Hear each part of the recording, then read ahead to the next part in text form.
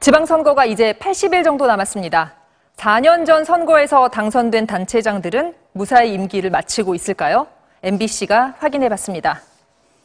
260명의 단체장 가운데 35명, 그러니까 약 13%가 선거법 위반이나 뇌물 등의 혐의로 입건됐습니다. 그런데 비리에 연루된 인사의 약 80%는 기초단체장, 특히 인구 30만이 안 되는 소규모 지자체의 장이었습니다. 심지어 군수 서너 명이 내리 구속돼서 군수의 무덤이라고 불리는 곳도 있습니다. 정동훈 기자가 현장을 취재했습니다. 지난달 경남 함양 군수가 승진 대가로 공무원 3명에게서 5천만 원을 받은 혐의로 구속됐습니다. 어떠십니까? 신경 한마디 해주시죠. 국민들에게 정말 너무 누를 많이 끼치는 것 같습니다.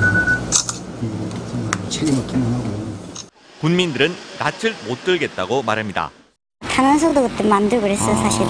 구속은 시키지 말아달라고. 왜요? 애들 말로 너무 쪽팔려서. 군수가 구속된 게 벌써 4번째이기 때문입니다. 한 명은 선거법 위반, 나머지 3군수는 뇌물을 받아 구속됐는데 이 중 2명은 같은 업자에게서 차례로 뒷돈을 받아 구속됐습니다. 아이고 몰라, 성질인데 그만 막 맛이 떨어졌어요. 나도 이런 함량이 이 X끼는 뭐 누구를 해야 좋을지 몰라. 이번에는 면적이 서울시와 맞먹는 전남 해남군을 찾아가 봤습니다.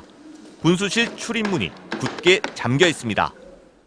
저는 이제 부군수 비서였고. 군수님 비서는? 지금 다른 데로 갔어요. 여기가 좀 폐쇄니까.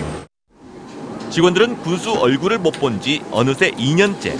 뽑아놓으면 인사비리로 구속되고 다시 뽑아놓으면 공사비리로 구속되고 이번 군수는 공무원 승진 점수를 조작했다가 구속됐습니다. 권한대행이 3번째 밖에서 지금 하고 있는데 해남군정은 과장군정이고 개량군정이다. 경북 청도군은 2005년부터 해마다 군수가 비리로 낙마해 3년 연속 선거를 치르는 유례없는 기록을 남겼습니다. 전북 임실군은 주민이 뽑은 역대 모든 군수가 형사처벌을 받는 또 다른 기록을 세우면서 군수 무덤이라는 오명을 얻었습니다. 인구가 서울의 한 개 동 정도인 이런 중소규모 도시 단체장들의 낙마가 유독 잦은 데에는 그만한 이유가 있었습니다. 뇌물수수 혐의 인정하시나요? 업자로부터 2억 원대 뇌물을 받은 혐의로 구속된 전남 보성 군수. 비리를 폭로한 건 군수 지시로 받은 돈을 김치통에 담아 마당에 묻어뒀던 부하 공무원이었습니다. 계약하고 나면 보통 인사 그지로 해서 뭐 하나 따라 전달해드리고 그런 것 자체가 요건은 또 이런 부분들이 상상이 떠내서. 단체장과 공무원들의 결탁에서 비리는 시작됩니다. 선거 운동 단계부터 공무원들이 캠프에 가담해 인사권을 틀어준 단체장과 승진에 목매는 공무원 사이 사적인 공동체가 형성된다는 겁니다. 공무원들 선거를 합니다. 실질적으로 아무리 진급을 하려고 따라 수를 쓴 것 아닙니까? 안 도와준 사람들은 한직으로 보내보고. 여기에 이권을 챙기려는 토착업체가 합세하면서 좁은 동네에서 한통속이 되고 마는 건 시간 문제라는 얘기입니다.